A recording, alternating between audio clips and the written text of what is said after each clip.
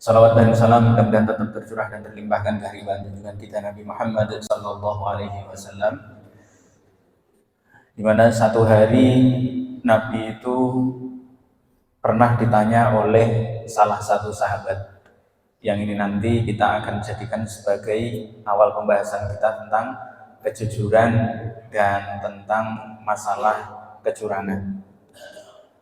Su'ila Rasulullah sallallahu alaihi wasallam. Su'ila ditanya. Ya, ini kalau adik-adik belajar tentang fi'il, sa'ala fi'lun madin mabniun 'alal fathi mabni ma'lum ay ala bina'il ma'lum.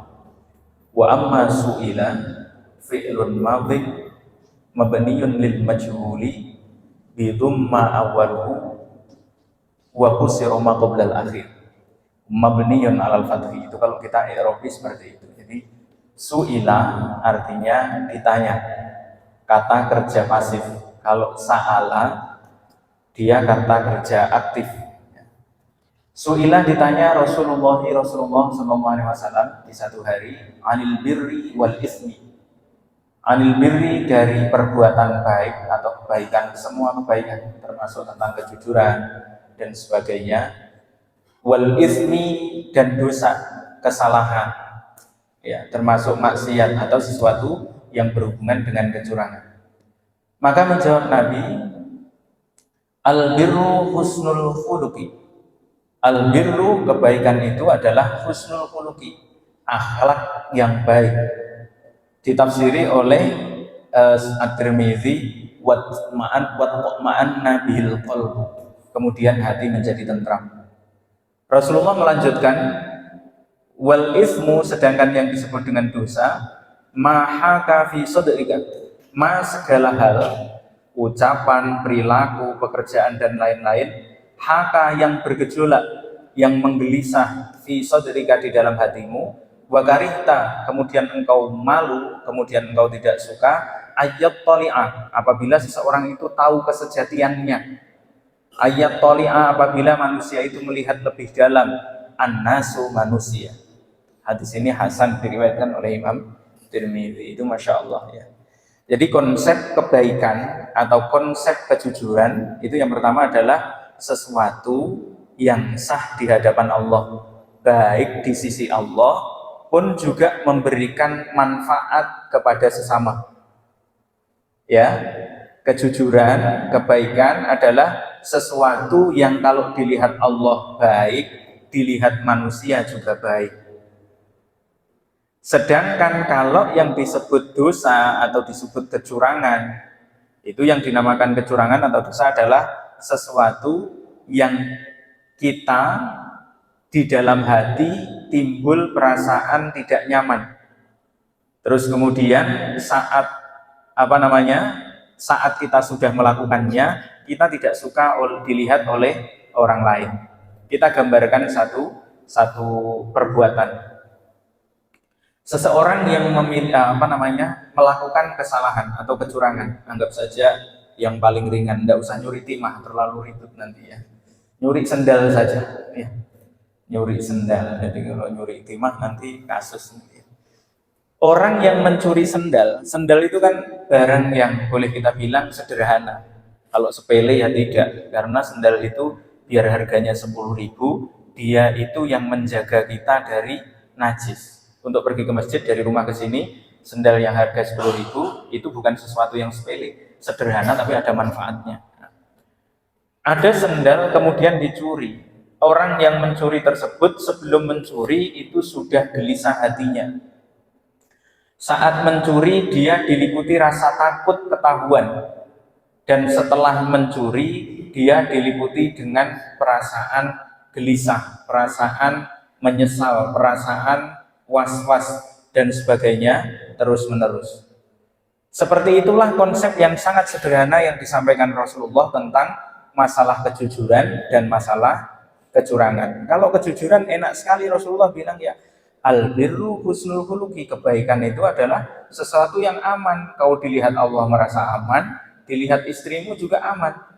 Kalau dilihat Allah merasa aman, kelihatannya keren, tapi di depan istrimu kamu merasa takut-takut, itu namanya kecurangan. Kecurangan saya ini tidak haram Ustaz, hanya yang makruh. Nah, hanya yang makruh bagaimana caranya? Ya, Masya Allah. Nah, itu tentang masalah yang disampaikan oleh Rasulullah SAW tentang konsep kebaikan dan keburukan. Mari kita lanjutkan. Kejujuran di dalam Islam itu menempati akhlak tertinggi nomor 1. Bahkan bukan hanya ajaran agama kita, ajaran agama Islam kita. Nabi-nabi itu memiliki 4 sifat wajib. Salah satu sifat wajibnya itu yang pertama adalah as-sidqu, jujur. Seumur hidup tidak pernah bohong. Kita mengingat nanti itu ada tentang masalah kisah syafa'atul udma. Syafa'atul udma itu adalah syafaat yang diberikan oleh seorang nabi kepada seluruh umat.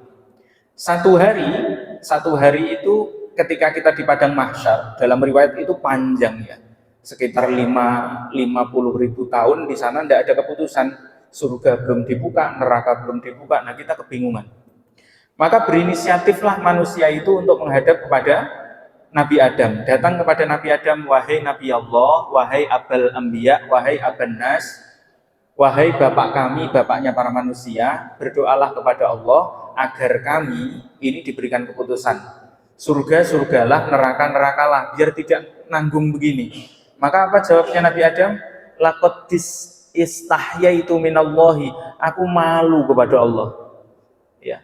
Kenapa? Aku pernah melakukan kecurangan, di mana dulu saat saya ada di surga, saya melakukan pelanggaran, yaitu larangannya Allah yang sangat sederhana.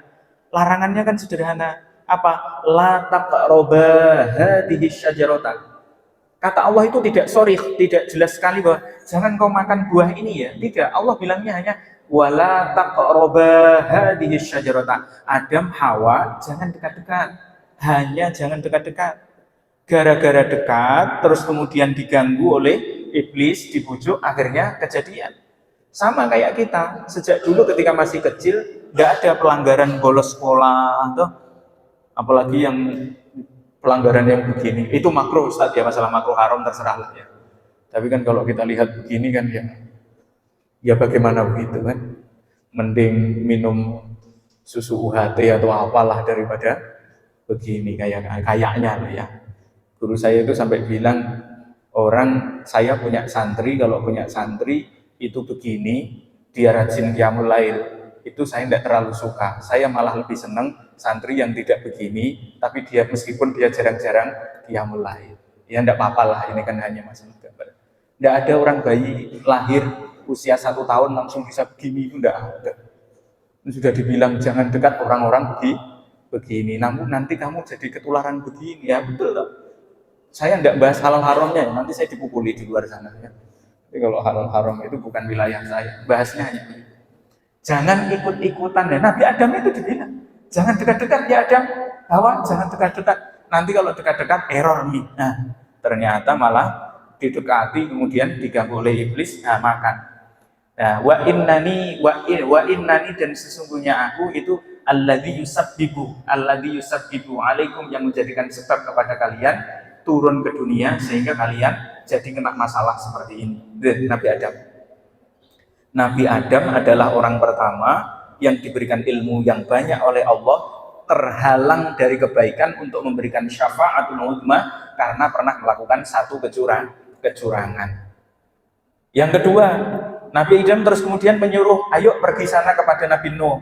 Nabi Nuh itu adalah nabi yang termasuk sabar, dakwahnya paling panjang. Dia yang menyelamatkan umat manusia. Siapa tahu nanti dia bisa menyelamatkan kalian. Datanglah kepada Nabi Nuh. Sampai di tempatnya Nabi Nuh terus kemudian merasa malu. Saya telah berbuat dolim, saya telah berbuat curang. Apa yang membuat Nabi Nuh itu berbuat curang? Robbi la tadhar minal ardi. Bagaimana ayatnya? Ya Allah, jangan engkau tinggalkan satu orang pun yang tidak beriman di atas muka bumi ini. Mendoakan keburukan kepada umatnya sendiri. Malu Nabi Nuh, tidak berani. Ya, jadi Masya Allah, saya terhalang dari syafa'atul udma. Sudah, kamu datang saja kepada Nabi Ibrahim. Digiring kepada Nabi Ibrahim. Saat dikirim kepada Nabi Ibrahim, umat manusia tanya, wahai Ibrahim, bapaknya para nabi. Nabi Ibrahim itu punya keturunan 500 lebih jadi nabi ya. Ya, jadi nabi paling banyak itu kan Bani Israel. Israel itu cucunya Nabi Ibrahim. Nabi Yakub itu loh Nabi Israel. Jadi memiliki cucu lebih dari 500 yang jadi nabi. Doanya pasti terkabul. Nabi Ibrahim, ya, saya malu kepada Allah karena saya pernah berbohong pada umatku tiga kali. Bohong 3 kali, tidak berani berdoa. Bohong yang pertama kapan? Ketika masih muda, beliau menghajar berhala-berhala. Saat menghajar terus kapaknya disimpan di berhala yang paling besar. Ketika ditanya Ibrahim, siapa yang merusak ini semua? Sudah jelas-jelas ada anak-anak kecil yang bersaksi yang merusak berhala adalah Ibrahim. Tapi Ibrahim bilang, ya, tanya yang besar, saya tidak bawa kapak kok ya. Nah, yang kedua, ketika berada di Mesir ditanya siapa yang ada di sampingmu, kan itu kalau dalam riwayat itu ada kisah yang aneh. Salah satu raja di Mesir itu hobi mengambil istri orang.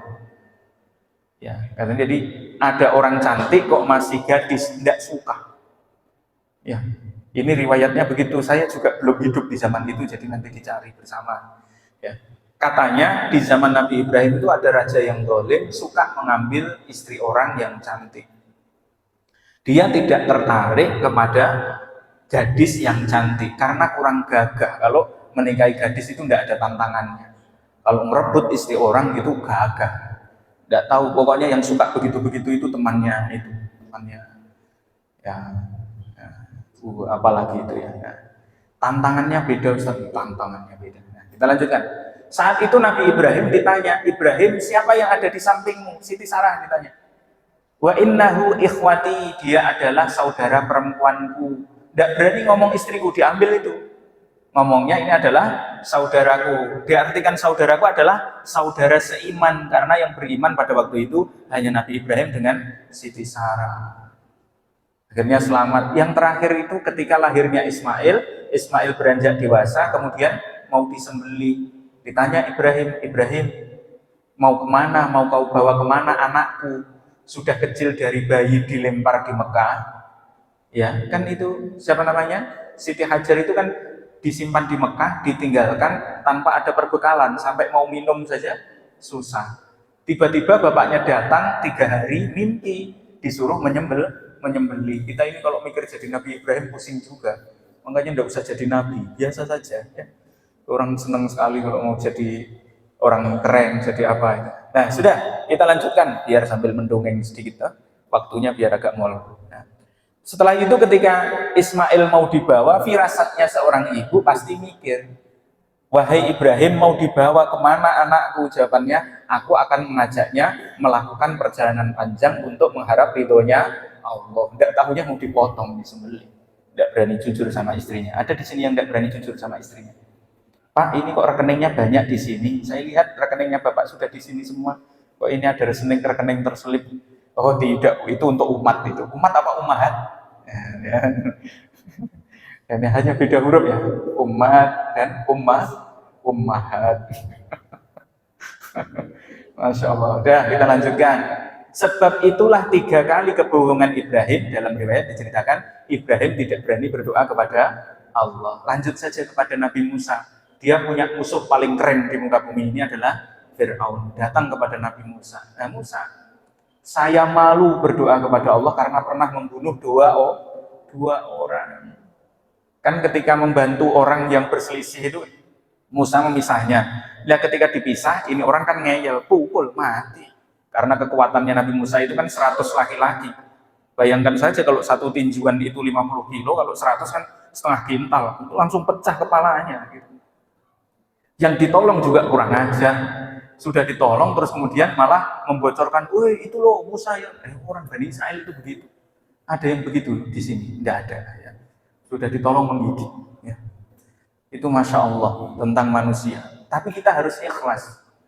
Tentang masalah insan itu kita belokkan sedikit. Ada pembahasan tentang pendidikan kepada kalbun. Ya, bahasanya itu kan anjing itu dengan pendidikan kepada manusia. Itu lebih berat mendidik manusia daripada mendidik kalbun atau anjing. Anjing itu jika kita kasih makan dia 3 hari dengan baik, dia akan mengingat kita 3 tahun. Dalam waktu 3 tahun dia akan mengingat kita. Ingatannya anjing, ketika kita kasih makan dengan baik 3 hari, dia akan mengingat kita 3 tahun. Tapi kalau kita kasih makan manusia 3 tahun, 3 hari lupa. Sifat curangnya itu, Masya Allah. Ya saya nggak tahu benar atau tidak ya, jadi silahkan dianalisa sendiri dalam hal ini. Makanya kita diajarkan seperti itu. Nah setelah dari Nabi Ibrahim menyuruh kepada Nabi Isa. Ini syafaatul udma tentang masalah kecurangan hidup. Sampai di Nabi Isa diminta untuk berdoa kepada Allah agar umat manusia diselamatkan. Jasanya Nabi Isa itu banyak loh. Termasuk yang menyelamatkan umat Islam di akhir zaman itu kan Nabi Isa. Tapi ternyata ketika menghadap kepada Allah, Nabi Isa itu merasa malu. Merasa malunya kenapa? Isa merasa malu karena tidak bisa menyelamatkan umatnya. Yang kedua, Nabi Isa itu merasa tidak melakukan sesuatu yang wajar. Wajarnya manusia itu 1, menikah, 2, bekerja. Itu kewajaran. Syukurnya kita punya Nabi Muhammad itu yang menikah, kemudian juga bekerja. Seandainya Nabi Muhammad itu seperti Nabi Isa, tidak perlu bekerja, disebut Al-Masih. Al-Masih itu kan orang yang selalu mengembara, tidak perlu rumah, tidak perlu istri, tidak perlu makanan, tidak perlu bekerja. Kalau kita perlu bekerja, akhirnya didewakan. Makanya kalau jadi ustadz gampang salah itu alhamdulillah, tidak terlalu dibikin fanatis.